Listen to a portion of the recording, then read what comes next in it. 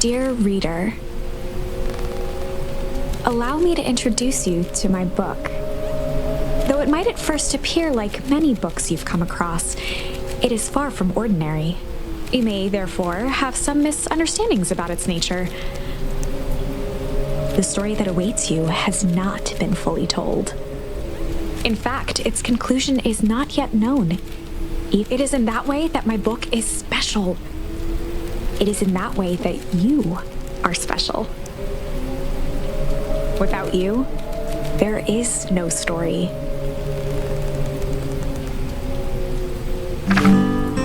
Chapter 1. Normal isn't what it used to be. This is a story about change. Nestled in a shallow valley is the town of Beacon Pines. Far from the town square, across the river, past the neglected welcome sign, a young boy walks alone at dawn. His name is Luca Van Horn, and like you, dear reader, he's here for a reason.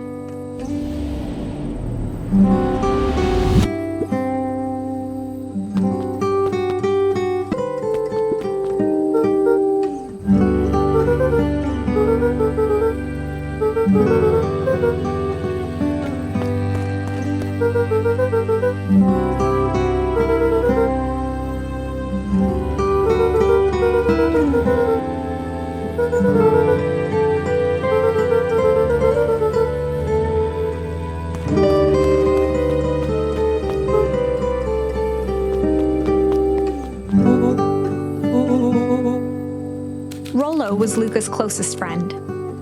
He possessed many fine qualities, but subtlety was not one of them.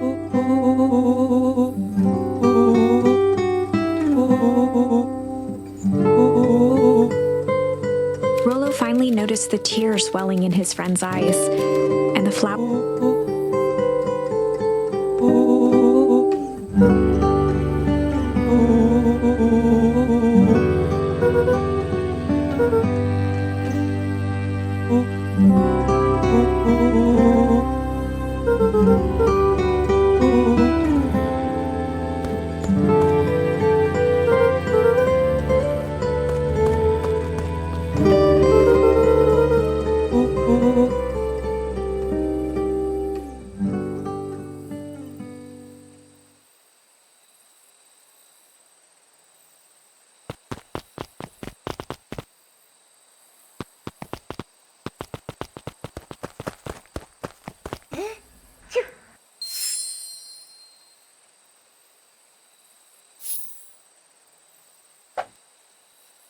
Wonderful!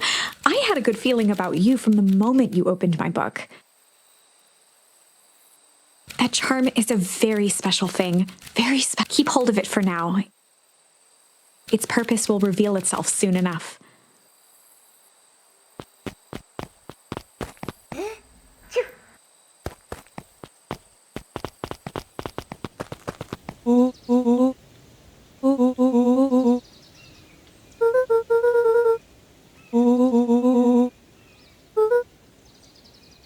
Rollo looked to the side suspiciously.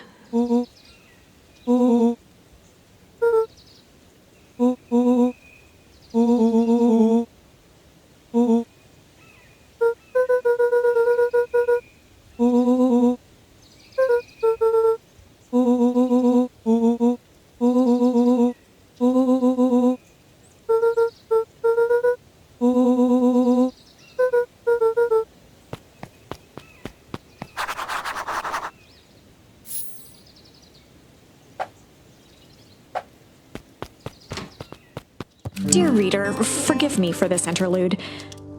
Remember that charm you found in the dandelion patch? There are more of those special charms to discover throughout Beak. They've been known to reveal themselves to those who are willing. Some of them can be found in this very house.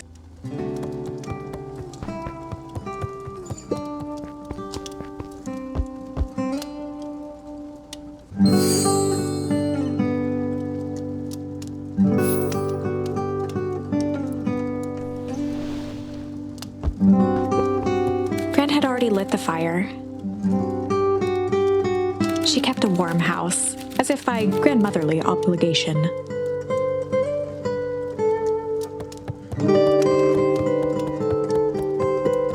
one of his father's old stethoscopes.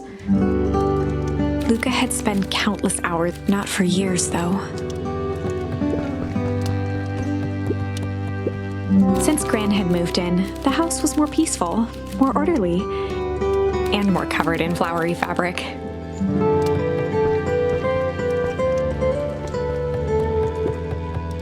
Just some dusty knickknacks.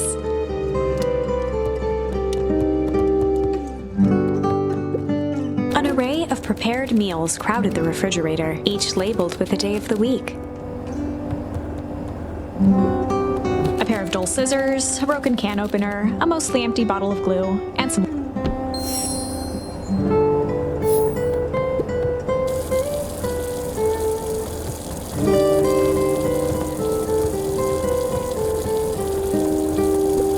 The only piece of furniture Gran had brought when she moved in was an old hutch.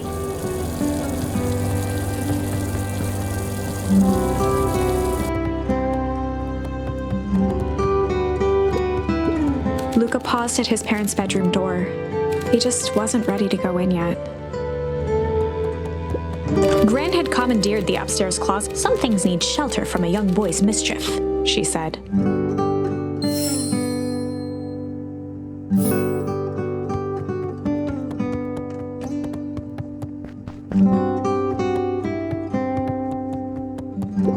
Gran's bed was undisturbed.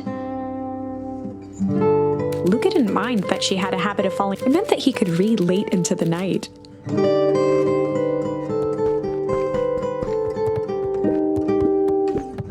Luca tossed on his favorite old sweater, even though it was the first day of summer.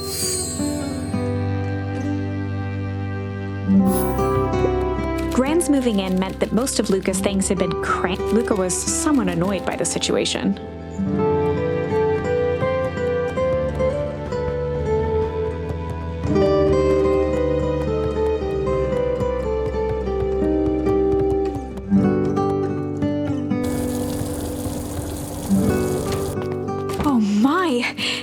I am now certain that you are the one I've been waiting for all these years. You'll recall I was a bit coy regarding the use of charms earlier. Excuse me, I tend to have a flair for the dramatic. You are about to encounter your first turn. There are certain times in this tale when everything hinges on a single step forth, dear reader. A beginner's guide to gardening laid open on the bench.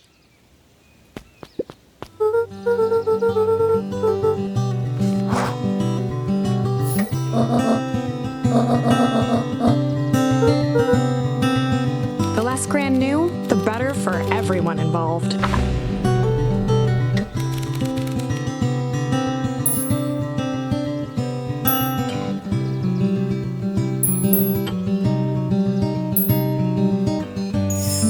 We were just gonna go hide for the day.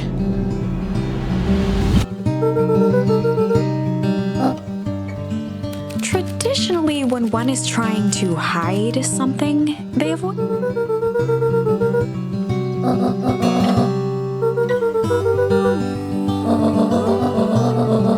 All's well that ends well. Impressive! You've managed to navigate your first turning. That is the power of charms. A single word can change everything. I think it's time to introduce you. The Chronicle is a record of the decisions you've made. You can see the turning point, which has been revealed. At any time, you can use the Chronicle to go back and invoke different charms, creating new branches. Luckily for us, this is the one and only turning point where the charms won't dramatically alter fate. It's the perfect opportunity to experiment with rewriting things.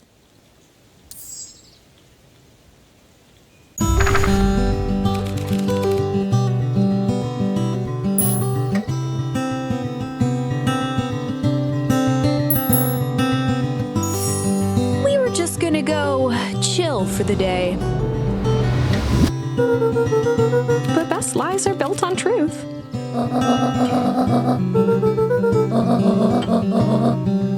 Easy.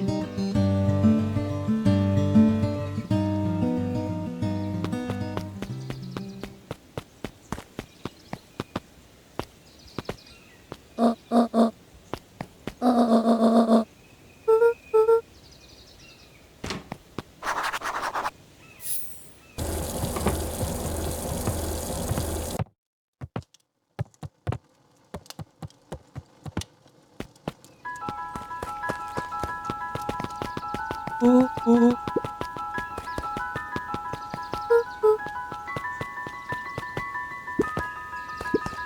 a town that saw few visitors,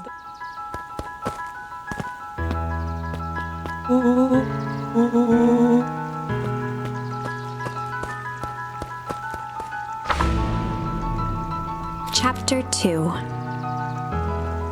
Welcome to Beacon Pines. For many years, this valley had been a small mining outpost. It wasn't until Sharper Valentine built his fertilizer company that Beacon Pines was established.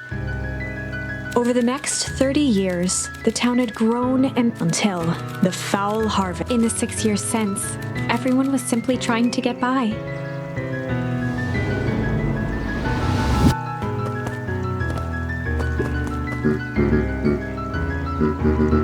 Mayor Augustus Valentine. Flustered, Gus instinctively loosed.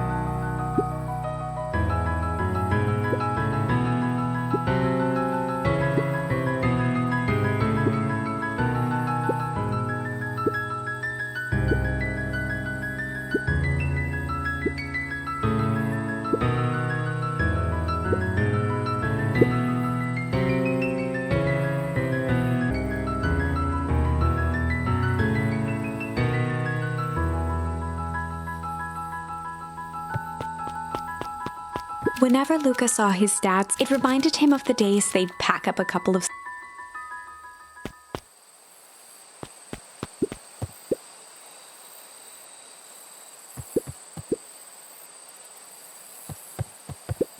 Luca opened the tackle box and picked the perfect bait. Luca tied a shoestring. What fish could resist a nice shoestring?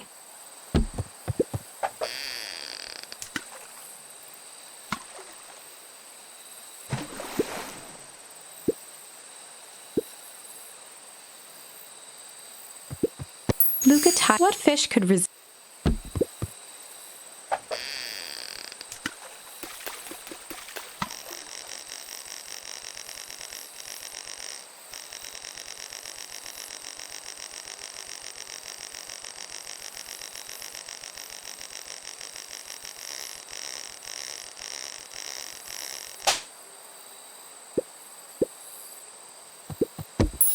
Luca tied a shoestring. What fish could resist a nice...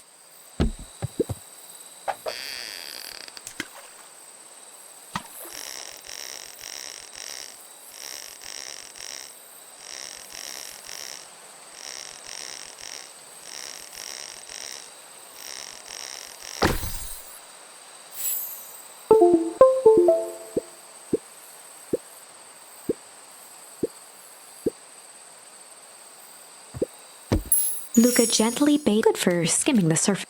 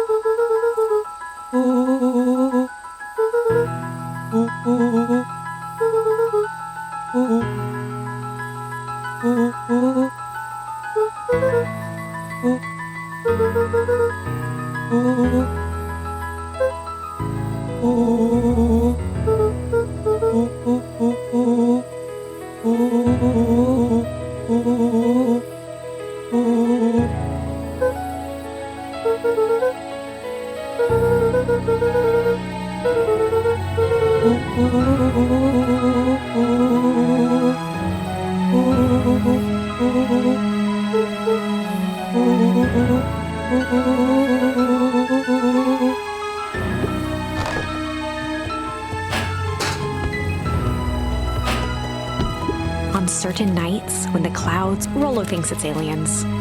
He always thinks it's aliens.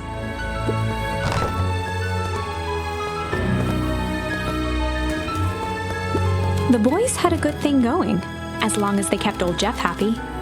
They had an endless source of precious materials to add to the treehouse.